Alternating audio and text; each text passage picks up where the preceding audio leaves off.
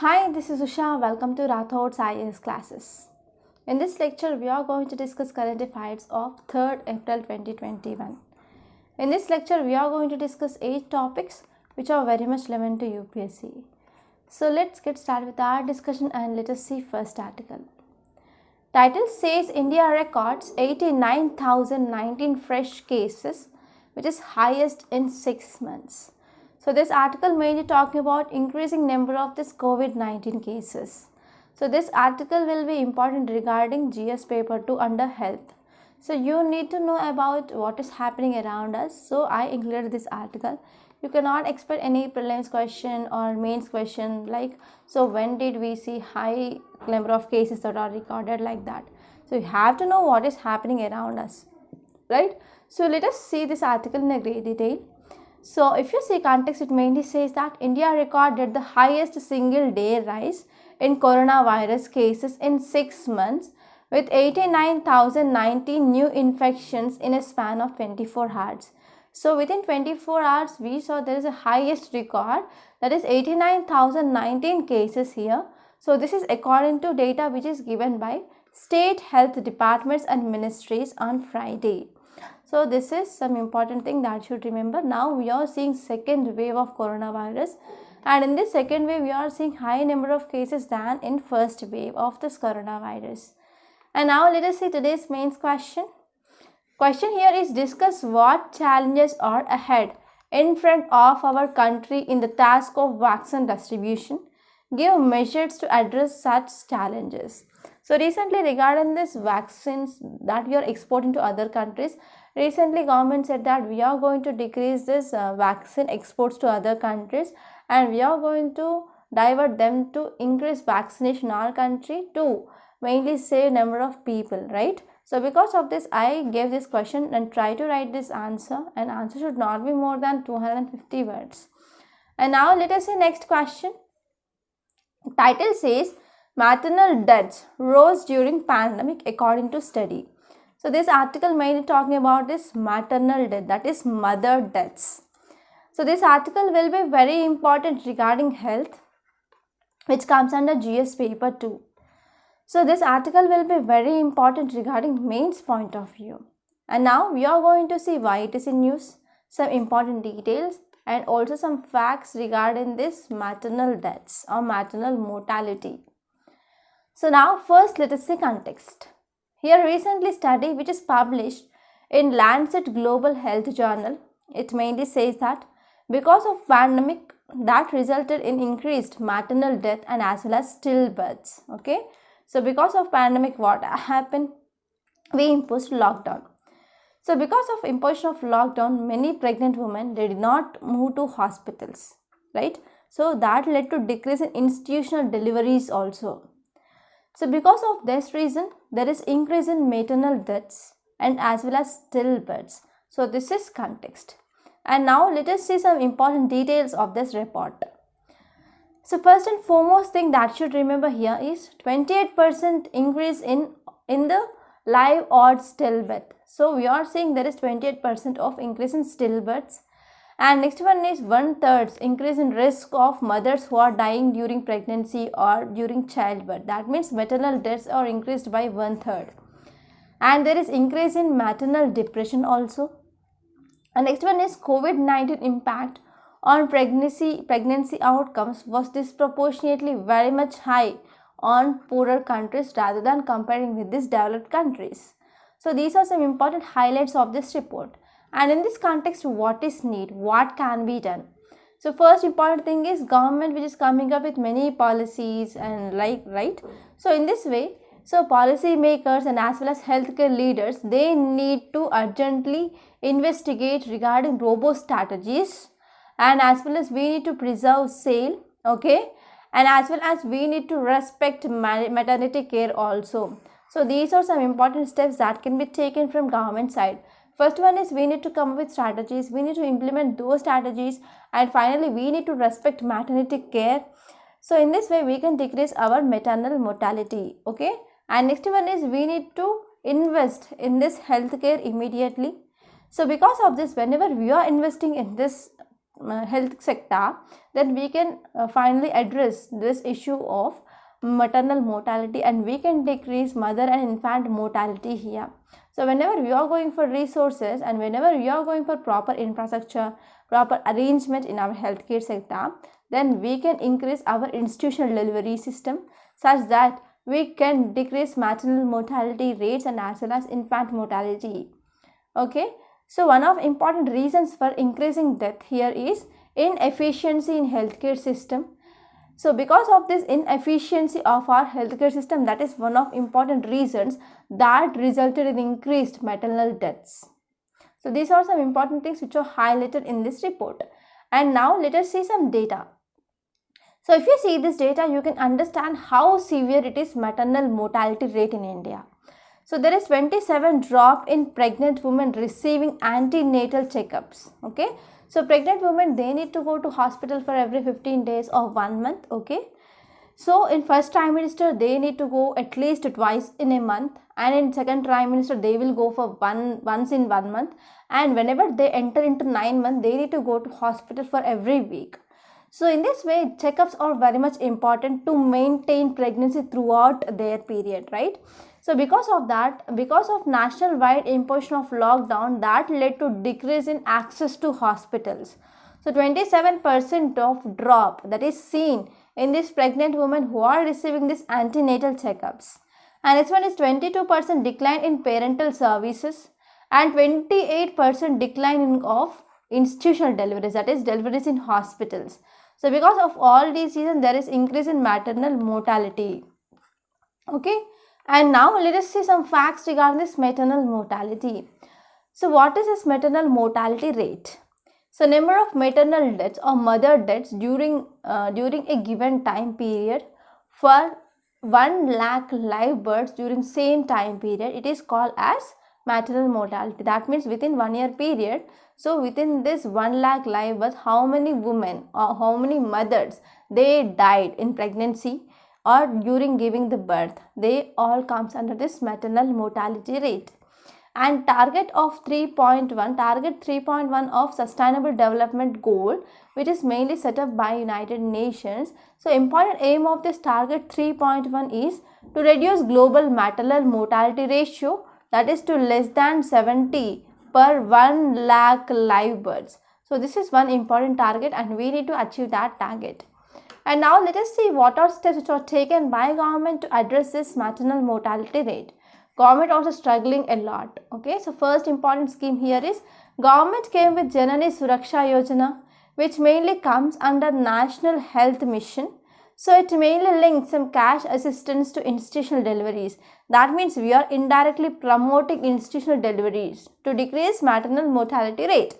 And next important one is Prime Minister Suraksha Matritva Abhiyan, which provides a fixed day for assured comprehensive and quality at antenatal care free of cost to pregnant women. So there will be one day, that is on 9th of every month. Here they will provide some free of cost assured comprehensive and quality antenatal care for poor people. So in this way it will increase access to hospitals for this poor people, especially who are pregnant women. And next one is Pradhan Mantri Matru Vandana Yojana, and next one is Laksha guidelines. So these are also dealing with how to decrease this maternal mortality rate. So these are some important steps which are taken by our government to reduce maternal mortality in our country. So these are some important facts that you should remember. And this article will be very important regarding mains point of view. And now let us see next article.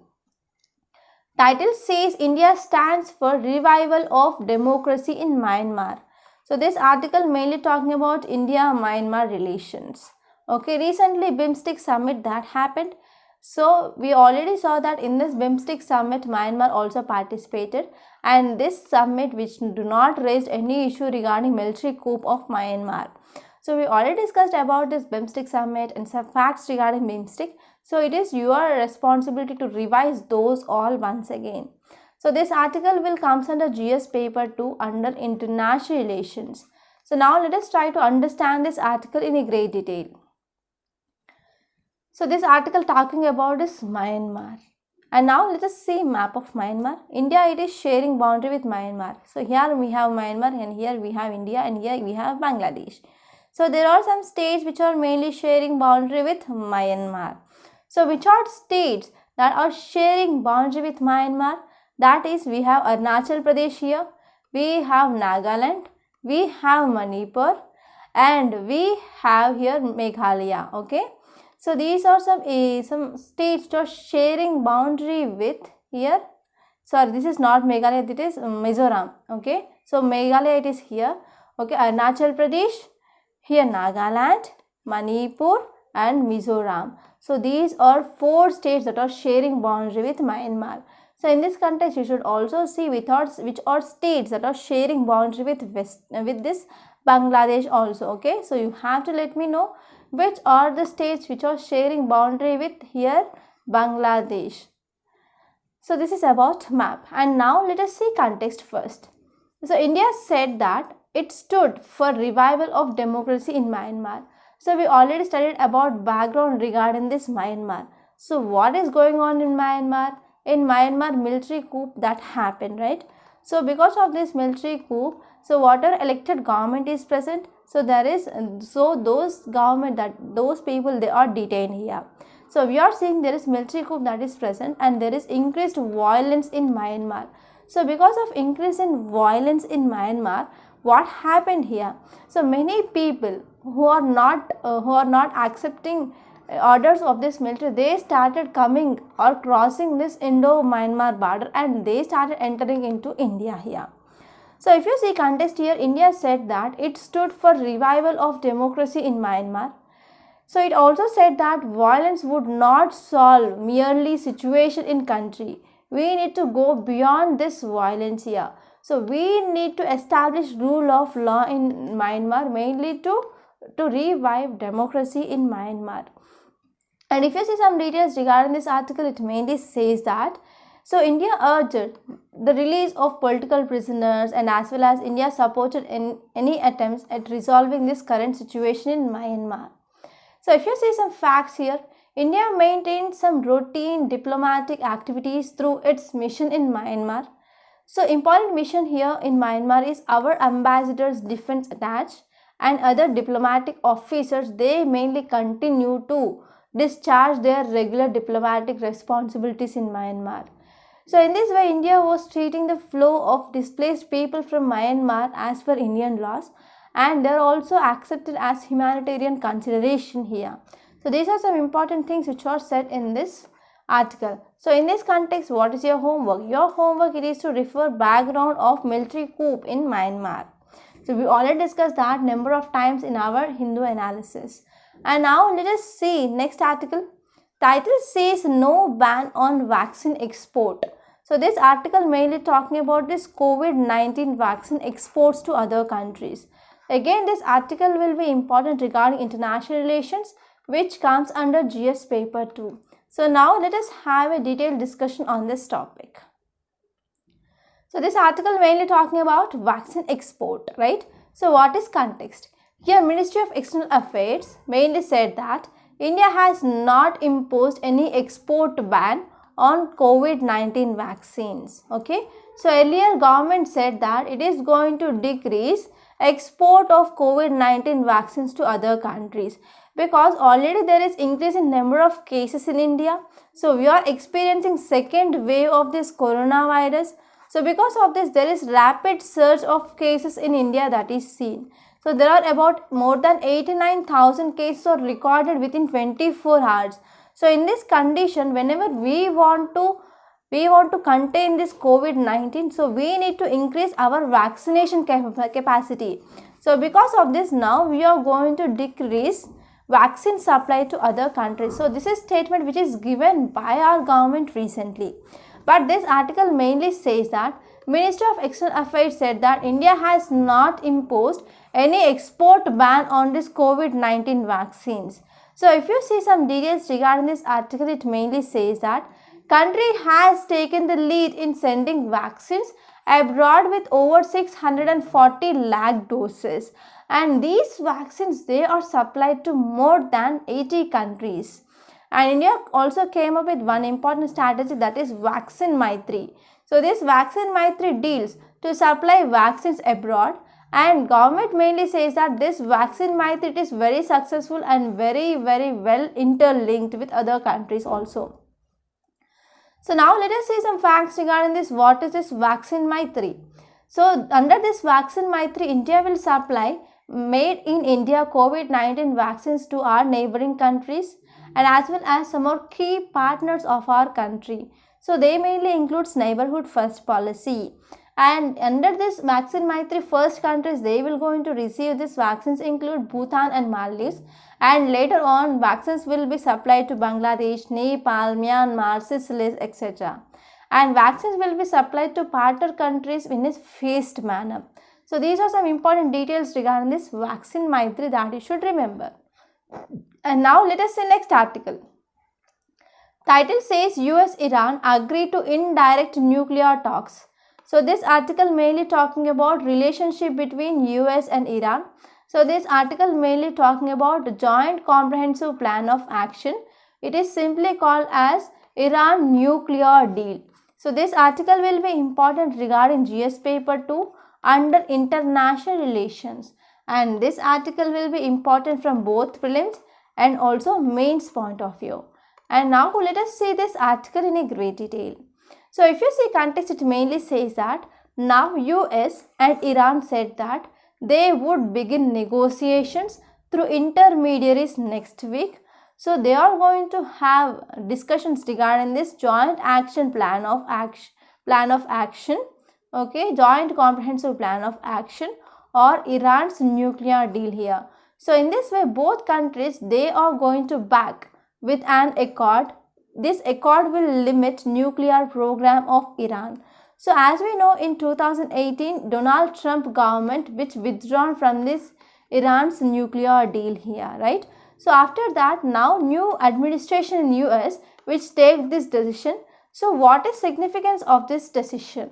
So if you say significance, the first important thing that you should remember here is it marked first major progress in efforts to return both the countries regarding this 2015 accord, and this negotiations that will restrict nuclear programs of Iran. And next one is it will also provide some sanctions relief to Iran also. So these are some important significance of this step which is taken by US and Iran. And if you see some background regarding this article, Trump pulled out of this accord in year 2018. So after Trump pulled out, there is increased pressure on Iran, and US started imposing large amount of sanctions and as well as other tough actions against this Iran. So how Iran responded to these steps? So Iran responded by intensifying its enrichment of uranium, and it came up with building of centrifuge etc. here. So this is about background of this Iran's nuclear deal. So in this context, I want to give you small homework. You need to refer about this joint comprehensive plan of action.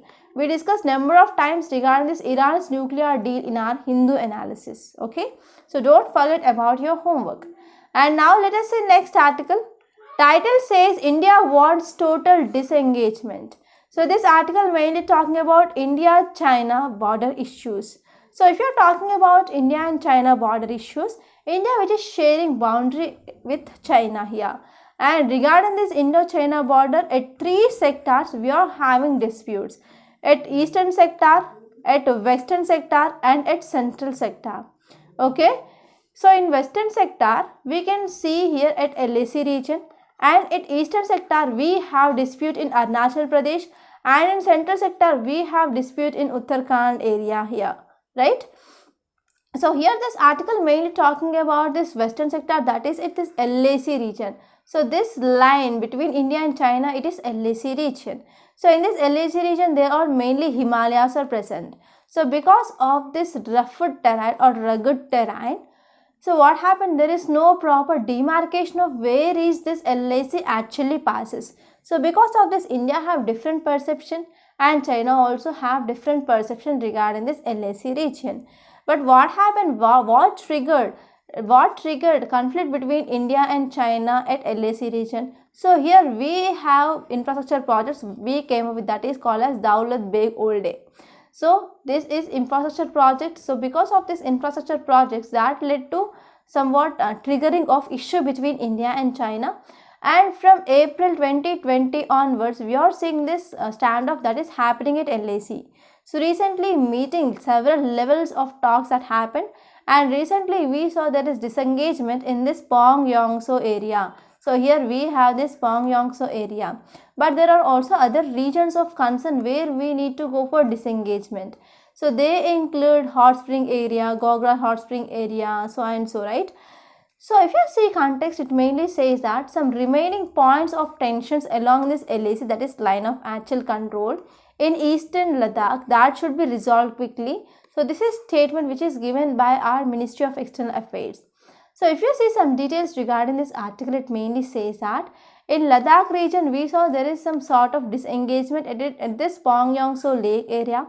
So in this Pyongyangso Lake area, from finger 4 to finger 8, so we came with buffer zone, right? And as well as from till finger 4, we have India's control, and finger 4 to finger 8, we have some buffer area between India and China. So recently we agreed disengagement, and we came with disengagement process at this Pyongyangso Lake area. And if you're talking about other areas we need disengagement, they include Gogra, Hot Spring areas, Dipsang Plains and Demchuk areas. Okay, so this is gist of this article. And now let us see next article. So before seeing this article, I want to make a small announcement on this platform.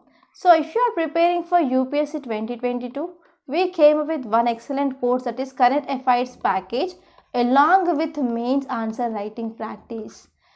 So why current affairs are very important? So if you want to appear this 2022 exam, so you need to complete at least 1.5 years current affairs.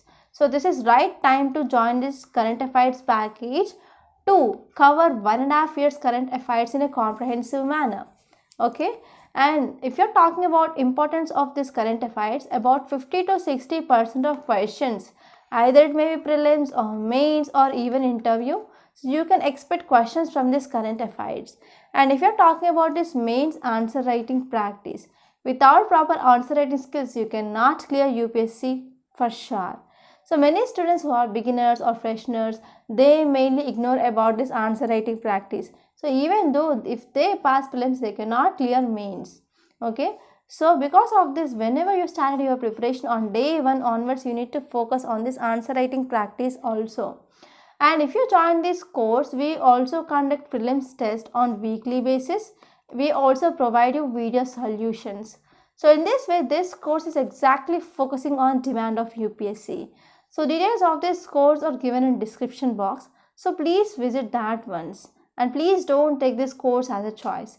Try to join this course as soon as possible. And if you want to talk to me regarding this course, you can call me on this number 8074765513. Okay, please note this number. And now let's come back and let us see next article. Title says prudence prevails. So this article mainly talking about inflation. So first of all, what is this inflation? So before seeing this inflation, this article will be important regarding economy, which comes under GS paper 3. And this article will be important regarding both prelims and also even mains. So now let us try to understand what is this inflation. Inflation is a condition. We can see there is increase in prices of goods and services in market. Okay. So whenever there is increased inflation, then what happened? People, they do not have that much money to purchase that. So because of that, that will be linked to many socio-economic problems. But how to deal with this inflation? So we have government on one side and we have RBI on one side. So government will take some measures to decrease this inflation, and RBI will also take some measures to decrease inflation, right? So whatever measures which are taken by government, they comes under fiscal policy. So whatever measures that are taken by RBI, that will comes under this monetary policy. So because of this, RBI came up with a monetary policy committee, and this committee was established in year 2016. So for once in every 5 years, it will come up with inflation targeting. That means how much inflation that should be maintained. Okay. So inflation which is above that will be harmful, and inflation below that will be also harmful. So because of this, we need to maintain some inflation target, right? So because of this, recently RBI came up with inflation targeting framework. So this inflation targeting framework that mainly guides interest rate decisions of RBI monetary policy for a period of 5 years. Okay, and it will be starting from April 1st, that is financial year. So recently Department of Economic Affairs announced this inflation target for next year, that for next 5 years, that is from 2021 to 2026. So they came up with the same rate as we had earlier, that is 4% plus or minus 2%. That means we can maintain inflation that is between this 2 to 6%. So whenever we are maintaining this inflation within this target, we can ensure some price stability in market. So this price stability is one of bedrock for all macroeconomic development of country. So why we are going for this inflation targeting now?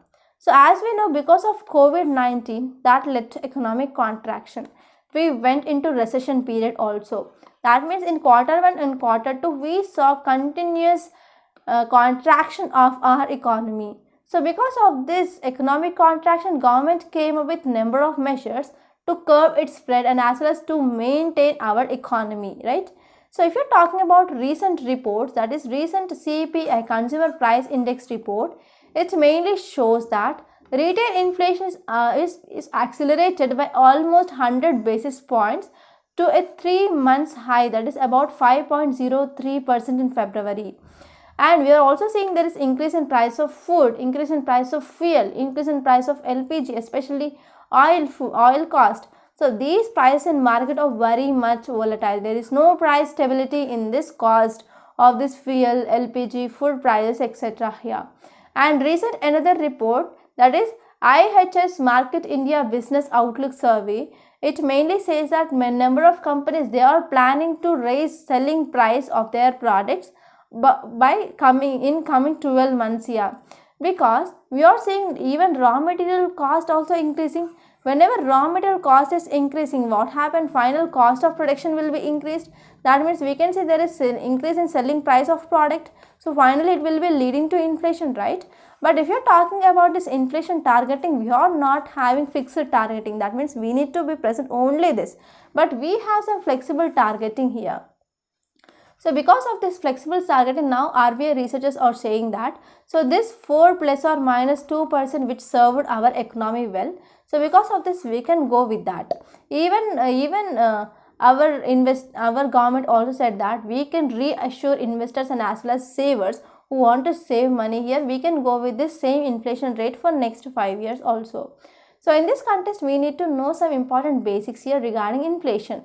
So first one is we need to know about types of inflation. So first, inflation means there is increase in price of goods and services in market. So we can divide this inflation into 3 types. So there will be cost push inflation, demand pull inflation, and next one is built-in inflation. So cost push means whenever there is increase in the cost of raw materials, so finally cost of production of that product will be increased. That will lead into increased price. So this is cost push inflation. And next one is demand pull inflation.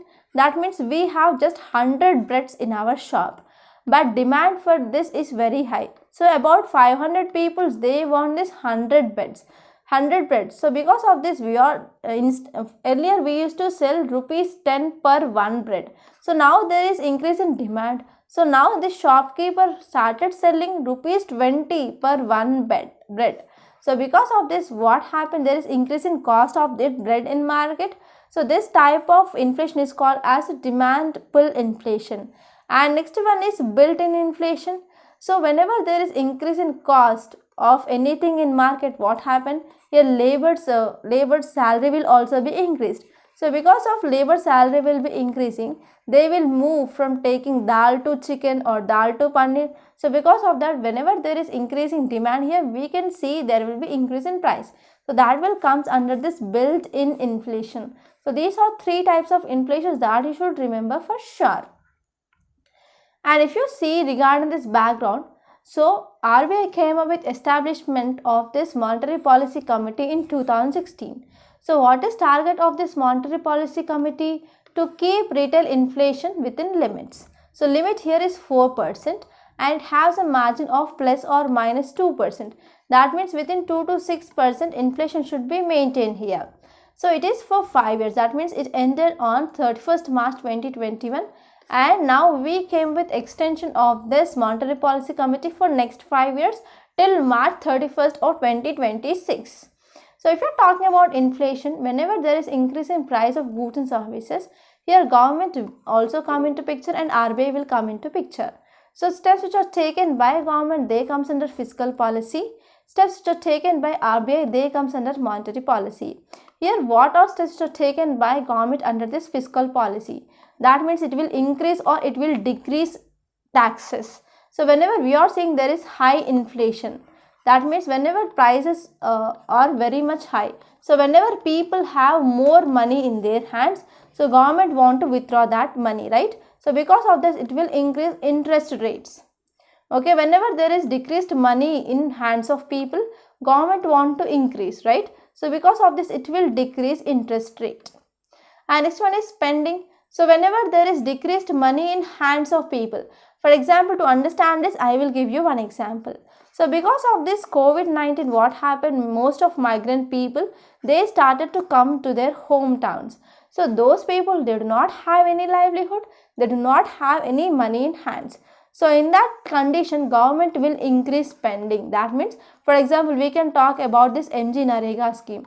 Through this MG Narega scheme, it increased the number of working days, and as well as it increased number of jobs, and also it increased salary per day by 20 rupees. So whenever government is increasing spending, then what happens? People will get money and they will go to market and they will make demand for goods and services.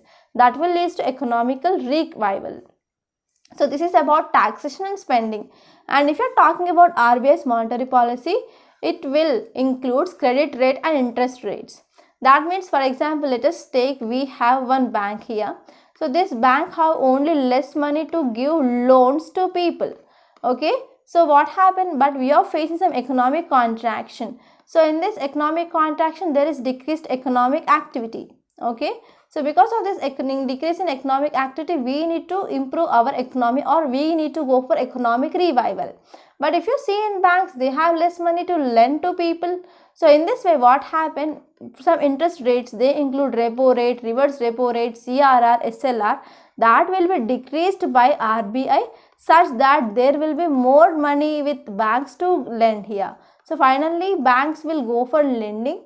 It will lead to economic revival here. So this is about interest rates. So these are some important things that should remember regarding this inflation. I hope it is very clear now. Now let us see next article. Title says, in Geneva face of outrage versus hope. So this article mainly talking about Human Rights Council. So we discussed number of times regarding this article. So now let us have again a relook over this article. So this article will be important regarding international relations, which comes under GS paper 2. So now let us see this article in a great detail. So before this, I want to say one thing. So we have India here, we have Tamil Nadu here, and here we have Sri Lanka. So when India was under British rule, this Sri Lanka was also under British rule. So Britishers, they went for sugarcane plantations or some plantation in this Sri Lanka. So mainly to work in that plantations, Britishers, they started taking here Tamilian people into this Sri Lanka. Okay. So to work in plantations, Britishers took these Tamil people into Sri Lanka to work in plantations. So after Britishers, they leave India and Sri Lanka. Finally, India and Sri Lanka got independence. So after that, in Sri Lanka, majority group people include Sinhalese, and now minority people or Indian Tamilians people. So after independence of the Sri Lanka, now that led to conflict between this majority people and as well as minority people. So this is some background here. So if you see context regarding this article, recently Human Rights Council of Geneva, which mainly came up with one resolution, okay, in 46th UNHRC session.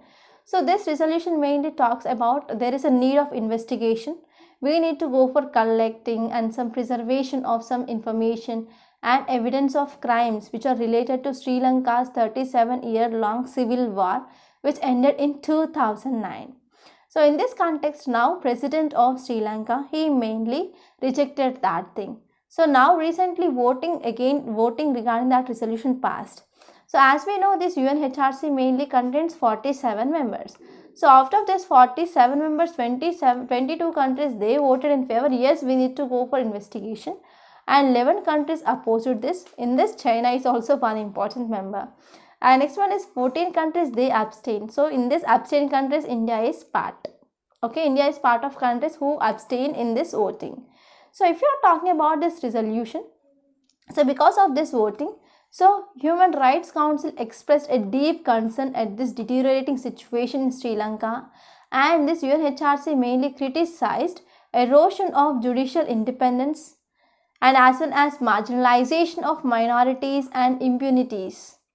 And this resolution also called on Sri Lanka government to revise law on prevention of terrorism, and as well as it also wants some groups who are targeting some descendants and as well as minorities in this country.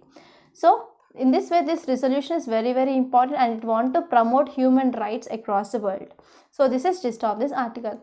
And now let us see a map here. So here we have Tamil Nadu and here we have Sri Lanka here. So let me know which is dividing Sri Lanka from India. So this is homework for you people. So by this we are concluding today. I hope you enjoyed this lecture. Please subscribe to my channel and don't forget to like, share and comment my videos. And don't forget to enroll Current Affairs package. Thank you so much.